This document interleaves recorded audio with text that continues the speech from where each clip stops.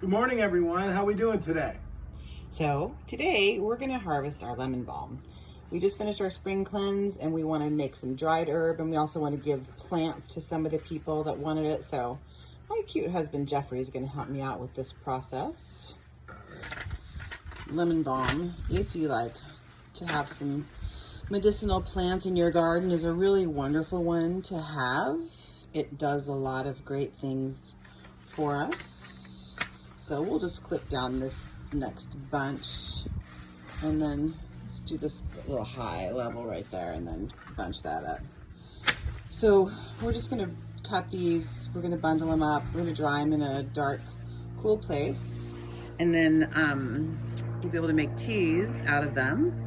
But what I was saying about having this plant in your garden is so nice because it grows really prolifically and it's great for a number of things. Stomach problems, anxiety, immune system. So really, really helpful plant to have around.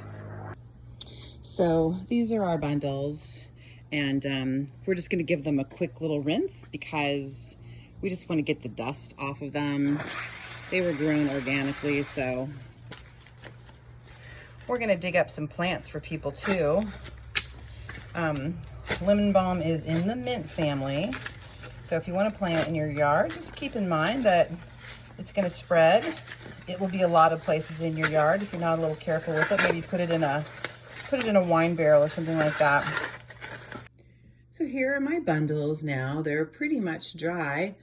If you don't happen to have an ivy pole in your dining room, you can also do this just in a closet, or I would say the garage too, but the garage is a little bit too hot this time of year. But you know, in the wintertime, it's a great place to dry some herbs. But any place that's relatively stable room temperature and not too light, then that's a good place to do it. So I'm gonna put these in jars now, make some tea.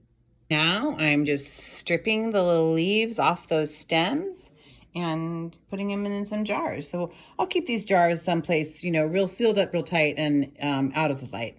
And these lovely Melissa leaves will stay good for a long time. Then I just put about a quarter cup of leaves into this jar and poured it over boiling water, steeped it for about 8 minutes. You can go longer, maybe a little shorter if you feel like it, but 8 to 10 is good. If you forget about it for an hour, that's okay too. And I'm just gonna strain it out, and then I will put it back in the jar. So that's lemon balm. Melissa is the Latin name, which I call it the most from my training. But Melissa is one of my favorite herbs. It's wonderful for anxiety and calming. That's what I use it the most for in the office, but it also tastes really good.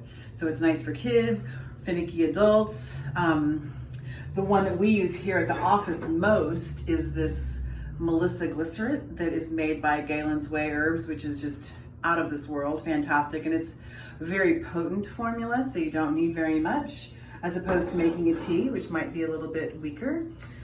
This is my tea that I made from the herbs that you saw. And because it's in the mint family, it's also easy to grow. The only problem is controlling it, but it's great for gas and upset stomachs. It's very soothing and can relieve muscle spasms.